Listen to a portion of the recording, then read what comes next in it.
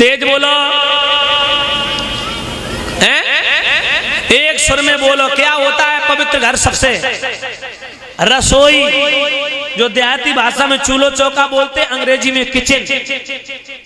माताओं बहनों ध्यान रखना, रसोई घर के ऊपर विशेष ध्यान रखना चाहिए माताओं को। जिनके रसोई घर में अपवित्रता रहती है, दूषित रहता है, जूठन रहता है रसोई में, समझ लो माताओं वो रसोई घर नहीं है, वो शमशान के समान हो जाता है।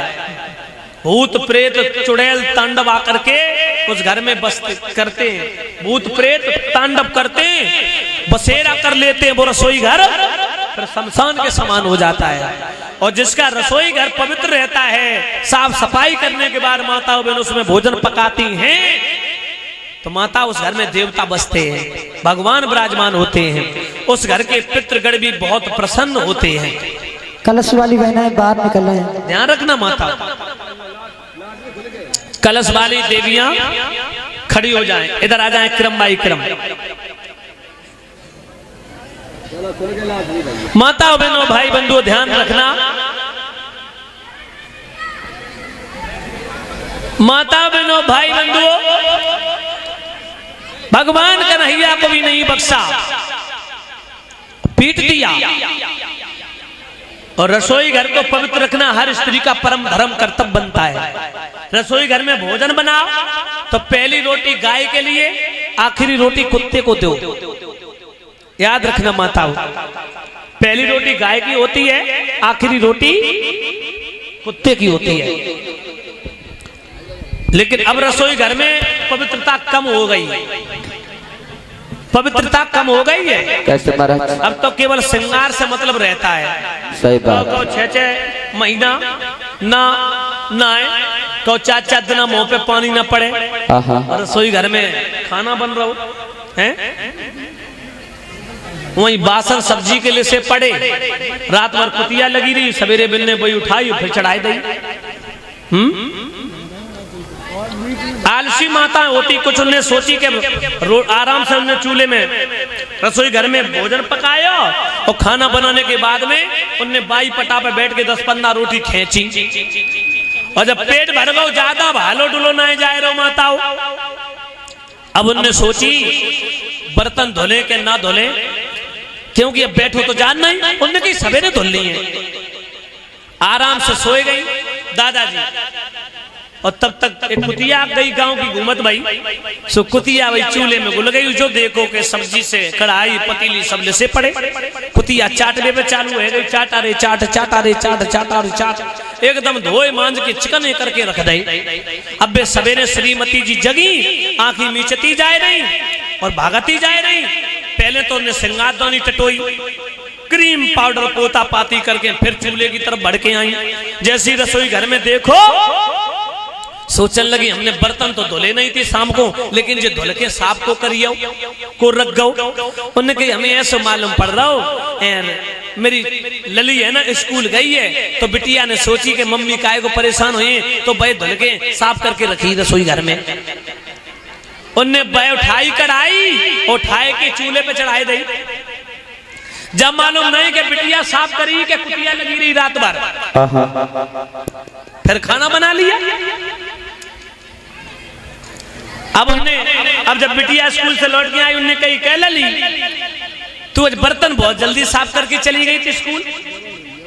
अब लली बोली मम्मी मैं तो सवेरे उठी सीधी, नाव दो चाय पी, मैं तो चली गई, मैंने तो बर्तन धुले नहीं।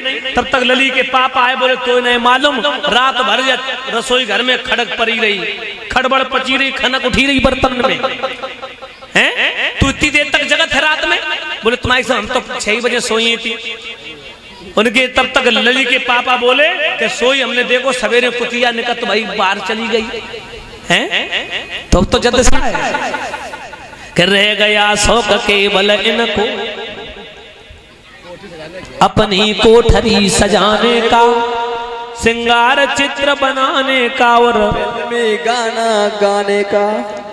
चूल्हे में रसोई में आराम से बैठी, रोटी बनाती जा रही और गाना गाती जा रही। तब तक सर में खुजली मची, उनने टटोलो पकड़ के और बस चट कर गई। बस धरे रहो, बहुत देते परेशान करे थे हमें। ध्यान रखना माताओं, भगवान कन्हैया रोते हुए आयुष्मान रहो, सदा सुखी रहो। हैं?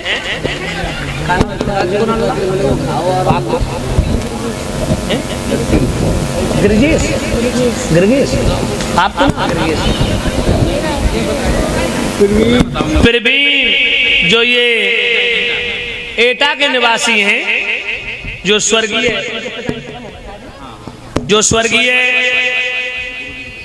गिरगेश भैया जी के सुपुत्र हैं, जो ये हमारे गले में एक हार डाल करके व्यासपीठ को सम्मानित कर रहे हैं, और हमारे समस्त स्टाफ को भी कामना ये करेंगे इस बेटा को प्रभु दीर्घायु प्रदान करें, ये शिक्षित बने, पढ़ लिख करके अपने माता पिता परिवारजनों का नाम रोशन करे, यही कामना करेंगे ठाकुर जी से, जो बहुत ही हमारे कौशलेंद्र भैया के परम मित्र थे, जो अब इस दुनिया में नहीं रहे, और आज भी उस परिवार से ये वही संबंध जोड़ करके, वही व्यवहार, वही प्रेम, इसने जो आज उनका परिवार इस कथा प्रांगण में उपस्थित हुआ, कामना यही करेंगे हे प्रभु इस बेटा को सद्भक्ति प्रदान करते रहे, ये पढ़ लिख करके अपने माता पिता परिवारजनों का नाम रोशन करे, और गिरगेश भैया का नाम रोशन करे, यही कामना करेंगे ठाकुर जी से। बोलिए आनंद कंद भगवान की जय हो। भाइयों ध्यान देना, भगवान कन्हैया रोते हुए बाबा के पास में पहुंचे। बाबा नंद के लगे क्या बात हो गई लाला? बोले मैया ने पीट दिया। क्यों पीटा? मैंने रसोई घर में एक मालपुआ उठा के खा लिया, इस बात को लेके मैया ने पीटा। बाबा नंद के लगे एक तमाचो मारो, 4 10 तमाचे मारती तब ठीक रहता। अरे कड़ी खाएगी दारी के तो को शर्म लाज ना आई, तूने रसोई घर जूठा कर दिया। माता बहनों भाई बंधुओं, बाबा नंद की बात देख सुन करके भगवान बोले बाबा आज मैया ने पहली बार पीटा, कारण क्या है? क्या कारण है? उसी समय बाबा नंद कहने लगे सुन लाला, आज मेरे भगवान की सामग्री तैयार हो रही थी, आज मेरे भगवान का प्रसाद तैयार होता था, आज मेरे भगवान के भोग के लिए 56 प्रकार के व्यंजन बनाए जा रहे थे, और तूने उन्हें झूठा कर दिया।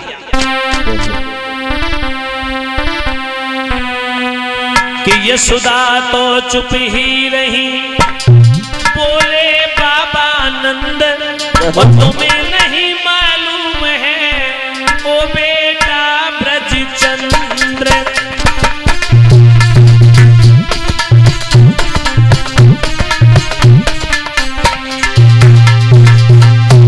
जिसके हाथों में हम सबका आजीवन पालन पोषण है,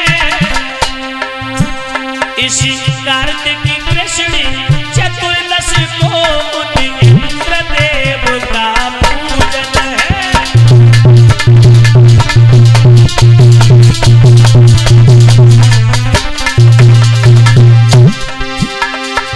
जो मेघों को आज्ञा दे करके पृथ्वी पर जल बरसाते हैं,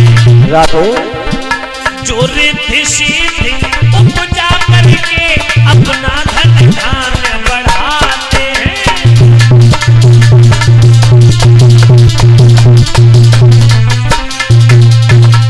जो मेघों को आज्ञा दे करके जल की वर्षा करते, हरी भरी घास उगती है, फसलें होती हैं, हम सबका जीवन निर्वाह होता है, और सालाना कार्तिकी कृष्ण चतुर्दश को इंद्र की पूजा करते। इंद्रो पर्जन्यो मेघा तस्या बरसती, फिर मेघ प्रसन्न होकर जल की वर्षा करते हैं।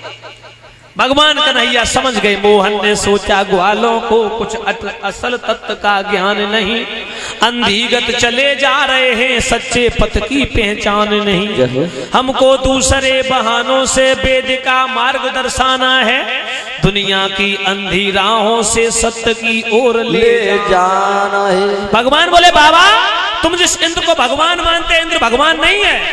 क्यों लाला? तुम्हें नहीं मालूम है बाबा? बोलो। कि थोड़ा सा यज्ञ हवन करके इंद्रा